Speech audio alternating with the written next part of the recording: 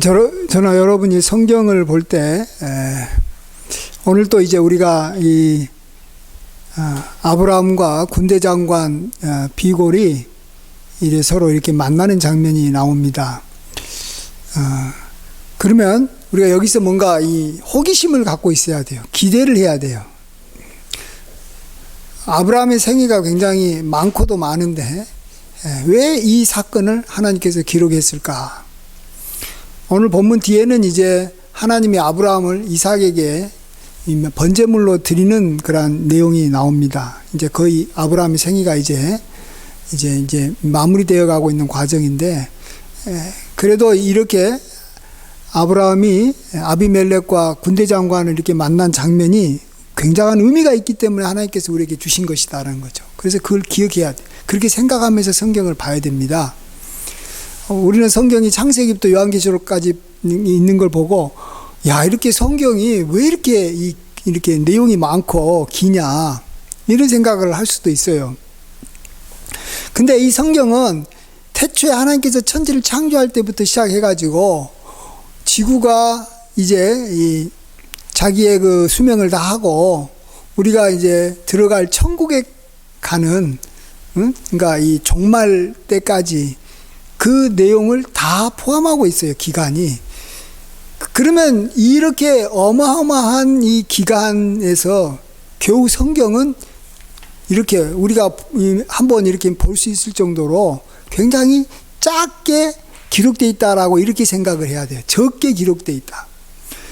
그러니까 옛날에 이렇게 이 왕조 이렇게 실록 같은 걸 봤을 때도 왕에게 일어난 중요한 일들을 이렇게 기록한 실록만 해도 각 나라 각 그 시대에 그 왕만 해도 그 이 실록 책이 굉장히 컸어요. 그 실록을 이렇게 보관하는 그러한 도서관이 있을 정도로 왕 한 개인과 연관해 가지고 일어난 여러 나라 일들이 그렇게 많이 기록되고, 또 지금 전 세계에 책들이 얼마나 많아요. 도서관 가봐요. 도서관 가면은 그냥 어마어마한 역사서와 뭐 어마어마한 어떤 이 책들이 막 있는데 그건 우리가 다 보지도 못할 정도인데, 성경은 겨우 요 정도밖에 기록이 안 된 거예요. 조금밖에 기록이 안 된 거예요. 예. 그러면 이게 얼마나 소중하고 중요한 내용들만 엑기스 중에 엑기스만 뽑아가지고 우리에게 주신 거예요. 자, 그런 면에서 우리가 성경에 있는 말씀 한 구절 한 구절 다 좋아하고 다 사랑하고 다 귀하게 봐야 되는 줄 믿습니다. 예. 오늘 먼저 우리가 좀 생각하고 싶은 것은 이 아비멜렉과 이 군대 장관이 이렇게 아브라함을 찾아와 가지고 첫 번째 하는 말입니다. 22절 보시면 내가 무슨 일을 하든지 하나님이 너와 함께 계시도다, 이런 말을 합니다. 우리에게도 이것이 적용된다라는 걸 알아야 됩니다. 아브라함에게만 적용되는 게 아닙니다. 왜냐하면 우리는 그리스도 안에서 다 아브라함의 후손이요, 약속대로 유업을 이을 자라, 이렇게 말씀하십니다. 우리도 이제 아브라함의 영적 후손으로 유업을 잇는다는, 그럼 무슨 유업을 잇느냐? 그 중에 하나가 바로 오늘 이 말씀이에요. 즉 내 자신이 무슨 일을 하든지 하나님께서 그 일에 함께 해주시겠다라는 겁니다. 그것이 우리가 받는 유업이에요. 그래서 정말로 아브라함에게 하나님께서는 그가 무슨 일을 하든지 함께 해주셨어요. 그렇다고 해가지고 그가 뭐 아브라함이 이렇게 아주 이렇게 모든 일에 형통하고 이렇게 잘 살았다, 누구보다도 부유하고 뭐 아무런 문제가 없었다, 이런 뜻은 아니에요. 아브라함도 기근을 만나고 아브라함도 가나안 땅에서 나그네와 이렇게 거류자로 이렇게 방랑자로 살았어요.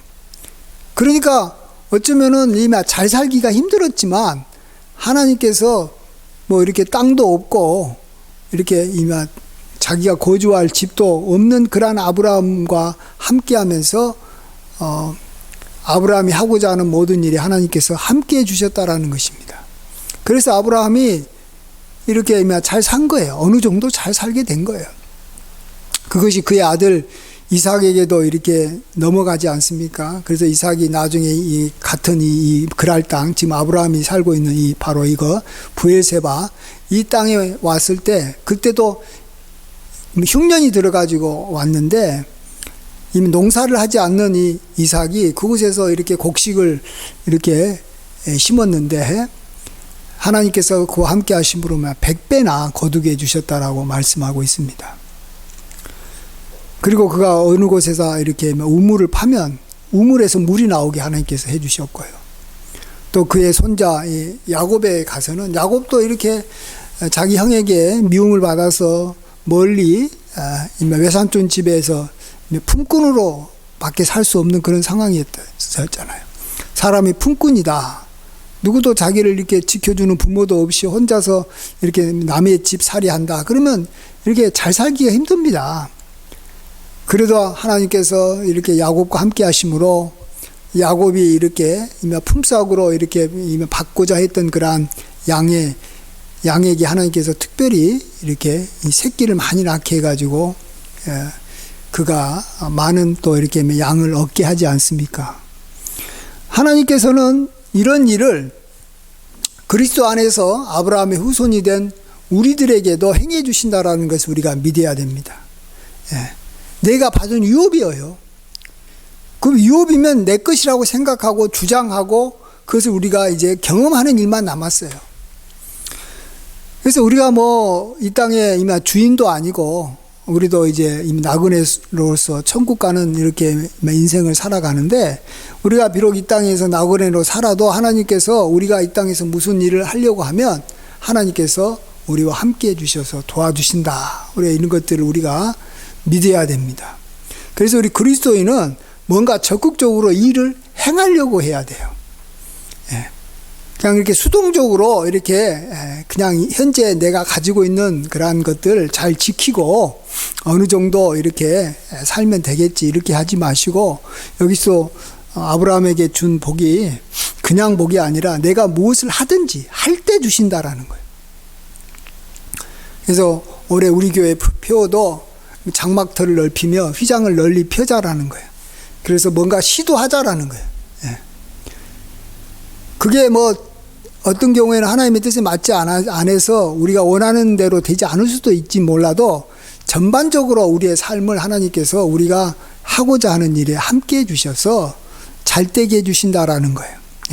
우리 그리스도인은 이것을 우리가 믿고 또 그렇게 살아야 되는 줄 믿습니다.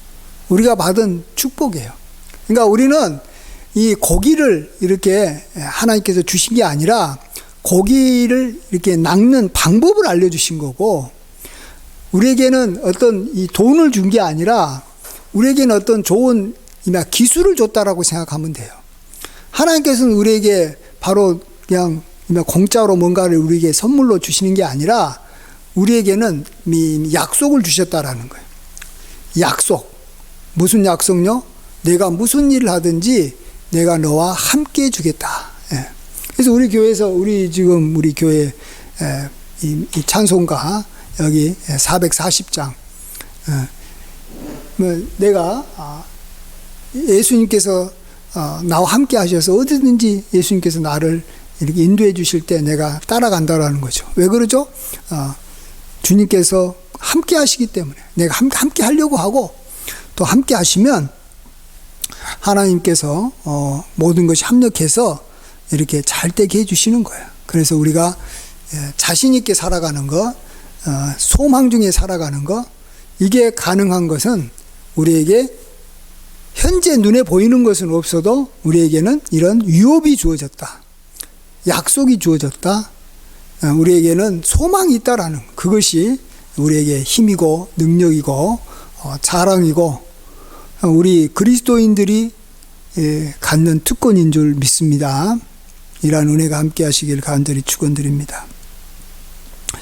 그 다음에 우리가 또 한 가지 생각해보고 이제 이거 하나만 생각하고 이제 끝마치려고 하는데 그게 뭐냐 그러면 이제 이 아비멜렉과 이제 군대 장관이 와가지고 이렇게 맹세하자.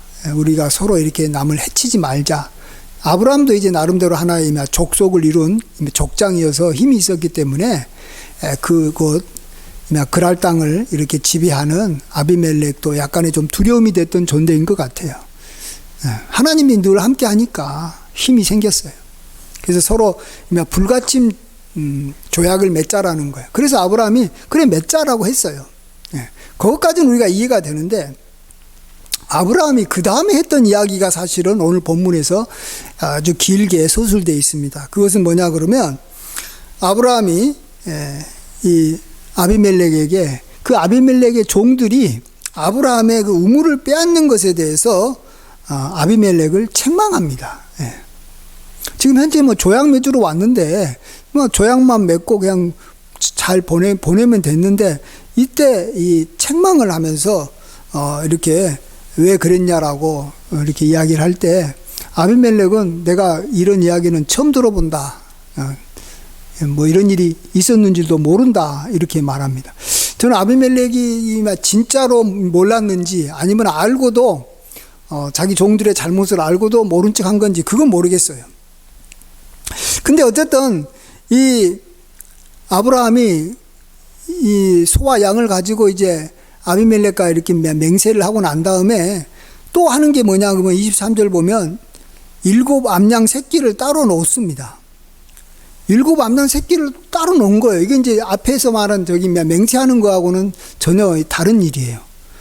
그러니까 아비멜렉도 놀래가지고 왜 이렇게 7 암양을 이렇게 따로 놓냐 그러니까, 이 7 암양을 너가 받고 이걸로 인해서 이 우물을 우리가 이렇게 판 걸로 이렇게 삼고 우리에게 더 이상 이거 가지고 이렇게 시비 걸지 마라. 이 우물 문제 가지고 더 이상 시비 걸지 말아라는 겁니다. 그래서 이 두 사람이 여기서 서로 맹세를 하고 그곳의 이름을 부엘세바라 그럽니다. 여기서 부엘세바라는 것은 밑에 보시면 맹세의 우물이에요. 맹세하는 곳이 아니라 맹세의 우물이라는 거예요. 아마 그곳에서 맹세했는지 모르겠어요. 우물 있는 데서 맹세했는지. 근데 어쨌든 우물과 관련된 맹세가 더 중요했다라는 것을 또 우리가 알 수 있습니다. 그러니까 둘이 이렇게 불가침 협정만 맺은 게 아니라 어쨌든 한 우물에 대해서 그 우물은 아브라함의 것이다. 이제 더 이상 이거 가지고 뭐 문제 삼지 말아라는 거예요. 자꾸 이게 이 소유가 너 거냐 내 거냐 이게 왔다 갔다 하면은 나중에 이게 다툼이 될 소지가 많아요. 지금도 이 우크라이나하고 러시아하고 싸우는데, 이 러시아하고 이렇게 접경 지역인 돈바스라는 그런 지역이 아브라함이 아니죠. 이 러시아 땅이냐 아니면 우크라이나 땅이냐 이게 애매해져 버리니까 이걸 뭐 가지고 이제 전쟁이 일어나는 거예요. 발칸반도도 마찬가지고, 확실하게 이게 어느 나라 땅이다라는 게 딱 정해지면 이게 싸움이 안 나는데, 이게 싸움이 날 가능성이 많아서 아브라함이 이렇게 7 암양을 가지고 확실하게 그 양새끼를 주고 우물을 자기 것으로 확정을 하는 것을 봅니다.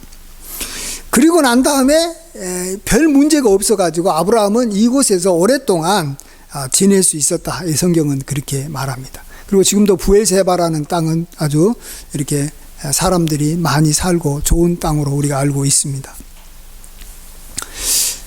오늘 우리가 이것을 보면서 우리가 좀 한 가지 알아야 되는 것은, 세상 사람들과 화평하게 우리가 지내야 되는 이유가 있는데, 또 그것을 위해서는 우리가 나름대로 이 희생을 해야 된다라는 것을 우리가 배울 수가 있습니다. 아브라함이 그 우물이 분명히 자기 건데도 불구하고 자기 것을 자기 거라고 확증하는데 암양 새끼 7을 이렇게 이 아비멜렉에게 줘야만 했다라는 것입니다. 자기 건데 왜 내 건데 내가 왜 그냥 이렇게 어차피 지금 이렇게 맹세하러 온 상황에서 그냥 이렇게 말로만 이 우물을 이제 완전히 이렇게 내 걸로 해주달라 그러면 아비멜렉도 아마 그래 내가 너 걸로 해줄게라고 말할 수 있었을 거예요. 그러나 말만 갖고는 안 되기 때문에 또 언제든지 세상 사람들은 남의 것도 내 거고 내 것도 내 거고 뭐 이렇게 생각하는 사람들이 많아요. 좀 뭐 조금이라도 이렇게 자기 것 같다는 느낌이 들면 그냥 자기 거라고 그냥 우기는 경우가 많아요. 그런 사람들하고 우리가 화목하게 잘 사는 방법은 우리가 손해 보더라도 뭔가 확실하게 만들어 놓는 것이 우리가 이게 다투지 않고 살아가는 방법이다라는 것입니다. 내 것이지만 내 거라는 것을 확증하기 위해서 이렇게 암양 새끼 7을 이렇게 줄 필요가 있다라는 것입니다. 근데 이렇게 한 것은 아브라함에게도 좋은 것이지만 결국은 이것은 제가 봤을 때는 좀 더 우리가 좀 더 이런 일을 하려면은 좀 더 이렇게 차원을 이렇게 저기 넓혀서 좀 생각을 해봐야 되는데, 그건 뭐냐 그러면 아브라함은 아비멜렉과 이 블레셋 이 사람들을 이렇게 참 축복해주고 그들도 이 복받기를 원했기 때문에 이렇게 자기가 손해 보면서 이렇게 맹세했던 것을 우리가 알아야 됩니다. 이렇게 이 서로 화목하게 지내면 아브라함 좋죠. 아브라함도 그 땅에 살아야 되니까. 그런데 이 하나님의 사람 아브라함이 그 땅에 살았을 때 그 땅, 이 그랄 주민들은 이 아브라함하고 충돌하기가 쉬운 거예요. 그러면 아브라함하고 충돌을 하게 되면, 싸우게 되면 결국은 하나님은 누구 편을 드냐 그러면 아브라함 편을 들어요. 그럼 아브라함의 편을 듣는다는 것은 뭘 말합니까? 그랄 사람, 이 블레셋 사람들이 하나님 앞에 어떤 어려움을 당한다라는 거예요. 저주를 받는다는 거예요. 그냥 아브라함은 그것까지 생각을 했던 사람이라고 생각합니다. 왜냐하면 하나님께서 아브라함을 불렀을 때 아브라함이 본인만 복 받으려고 하나님께서 나를 불렀다 생각한 게 아니라 하나님께서 말씀하셔 준 것이 뭐냐 그러면 너로 말미암아 땅의 모든 족속이 복을 얻게 하려 함이라라고 했어요. 그러니까 자기로 말미암아 주변 사람들이 복 받게 하려고 하나님께서 자기를 불러줬다라는 거예요. 야, 그런데 내가 어디에 가든지 세상 사람들은 나한테 시비를 걸려고 그러고 내 것을 빼앗으려고 그런다라는 거예요. 그러다가 그 사람들이 나를 치면, 아브라함을 치면, 저주하면 하나님이 그를 저주해버린다라는 거예요. 그러면 아브라함은 실질적으로는 어디든지 가가지고 그들에게 하나님의 복이 내리도록 이렇게 도와주는 사람으로 살고 싶었는데, 정반대로 하나님의 저주가 임하는 아브라함이 가는 데마다 아브라함의 아내를 뺏으려고 그러고, 아브라함의 우물을 뺏으려고 그러고, 아브라함이 갖고 있는 이 보물을 뺏으려고 하면 그때마다 그 사람들이 하나님의 저주를 받아서 그들이 망하는 거예요. 그 아브라함이 결코 원하는 것도 아니고, 나아가서 이건 하나님이 원하는 것도 아니죠. 하나님은 아브라함만 복 주려는 게 아니라 모든 족속이 다 복을 받게 하려고 하시는 것이 하나님의 선하신 하나님의 뜻인 줄 믿습니다. 자, 그렇다면 이런 이 자신의 이 삶을 알고 하나님의 뜻을 알고 또 자기가 복의 근원이라는 걸 알았기 때문에 아브라함은 자기가 손해를 좀 보더라도 확실하게 상대방이 그럴 사람들이 자기를 이렇게 시비 걸지 못하도록 이렇게 딱 조치를 이렇게 해 놓은 거예요. 아비멜렉이 확실하게 암양 7을 받고 맹세했기 때문에 다른 사람이 그 우물에 대해서 이렇게 시비를 걸지 못한다는 겁니다. 그래야지만이 그럴 사람들도 하나님의 복을 받고 아브라함하고 잘 지내므로 또 그로 말미암아 또 그들이 또 잘 살아야지 또 아브라함에게 또 계속 이렇게 시비를 안 걸는 거 아니에요. 그냥 괜히 아브라함에게 이렇게 시비 걸다가 다투다가 하나님 앞에 저주를 받으면 그들도 삶이 어려워지고, 그들의 삶이 어려워지면 또 자기가 힘드니까 상대적으로 하나님의 복을 받고 있는 아브라함을 공격해가지고 뺏으려고 하는 거예요. 그러면은 또 아브라함 자체도 피곤한 거예요. 끊임없이. 그러니까 우리는 알아야 되는 것은 나만 행복하다고, 나만 복 받는다라고 우리가 잘 사는 게 아니라는 거예요. 우크라이나만 잘 살려고, 이렇게 우크라이나만 이렇게 행복하려고 한다고 잘 사는 게 아니에요. 주변에 있는 나라가 막 이렇게 공격을 해버리고, 막 이렇게 이 가난한 나라가 와가지고 자꾸 자기 걸 이렇게 뺏어가려고 하면 그 나라 백성들이 힘든 거예요. 그래서 나도 복 받지만 하나님 앞에 내 주변에 있는 성도들, 저 주변에 있는 성도들 포함해서 모든 사람들이 하나님 앞에 복 받기를 원합니다. 또 복 받아야만 됩니다. 그렇게 하려고 내가 살아갑니다. 그래서 다 같이 하나님의 복을 받는 그러한 삶으로 우리가 나아갈 수 있도록 힘써야 되는 줄 믿습니다. 하나님께서 그러면은 축복해 주시는 거예요. 제가 이전에 그래도 어느 정도 이미 중견 규모 되는 교회에 담임으로 있었을 때 제가 한 가지 좀 잘못 생각했던 것을 지금 한번 오늘 말씀을 보면서 이렇게 생각을 해보게 됐습니다.